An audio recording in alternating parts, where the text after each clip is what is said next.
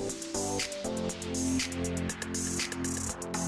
right, so to kind of backtrack and go back to you quitting your job, right? I recall I came across your blog. I think this was the first time I talked to you in over a year. Yeah. And I was like, oh wow, this guy quit his job, and you've documented the entire journey, right? About how you went to the office, you had pictures and everything. Can you kind of give us insight on that? So more about About how that last day at your job, in the office. yeah. Talk about the last day. So that last day, I had my GoPro, right? Got my car, started recording right away, Right. letting people know, how excited I was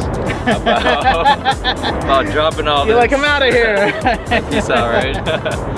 And I remember feeling that day, I'm not gonna do anything today.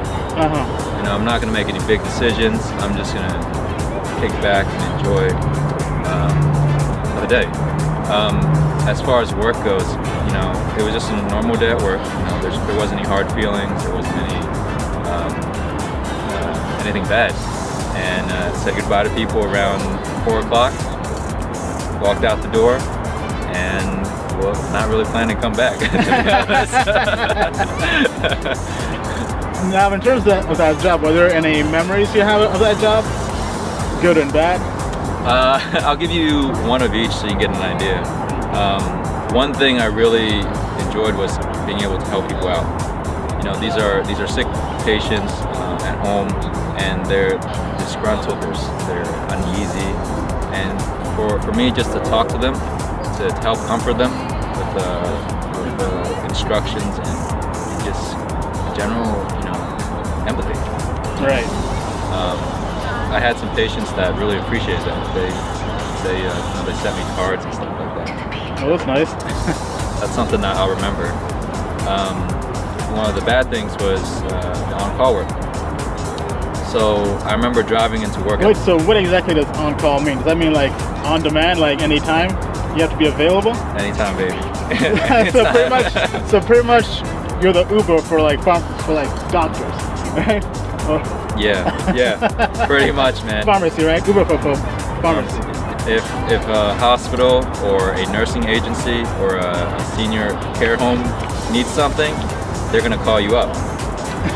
So with my story, I was driving into work at like 3 a.m.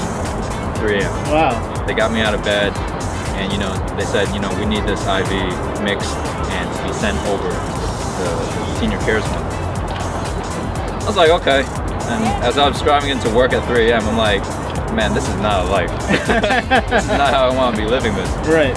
And I think it's moments like those where it helped fuel me to pursue this lifestyle even more force.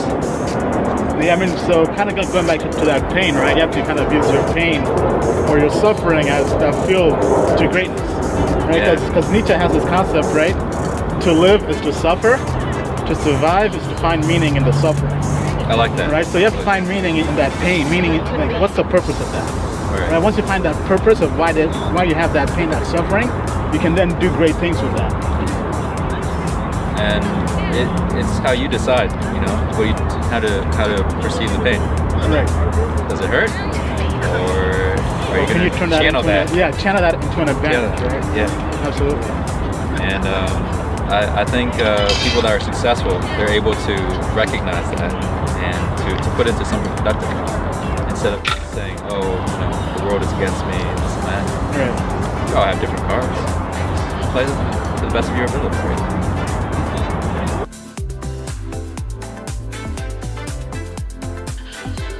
All right, so Tim, let me ask you this. What was your goal as a kid? Like, what did you want to be as a kid once you grew up? So to be like a job or a career? Like what was your dream job as a kid? Or career or whatever? It's kind of stupid because I was in 6th grade. I saw this little article about being an aerospace engineer. And I was like, that looks kind of fun. I'll do that. But, as I got more into it, I was like, no, this is not something I really want to do. Now I realize it's to do something to help others and to enjoy life instead of working so hard. No, it's not. Wow, so 6th grade, you wanted to be a rocket scientist. A rocket scientist, man. Must have been a very smart kid. Very ambitious. I guess. But, And then now you say your goal is to help others kind of find meaning in their life and purpose, right? yeah, and to work smarter and not so hard, to enjoy more better things in life. So, what do you see yourself 5 years from now? 5 years. I will be in a web development field, owning my own company, and to have kind of conferences or meetings so that other people can come and kind of meet people who are kind of living this lifestyle and see that it is possible. And just to travel a lot. So that's what I'm doing. Yeah. So traveling while also having this business, they kind of, you're able to come in there and run the business, but also have that flexibility to do your own thing and travel the world. Right. Just that the business that's location independent. You know, it's not defined because I'm in the States or here and there. You know, I can do it anywhere in the world. So that's one of the things. That's one of my goals.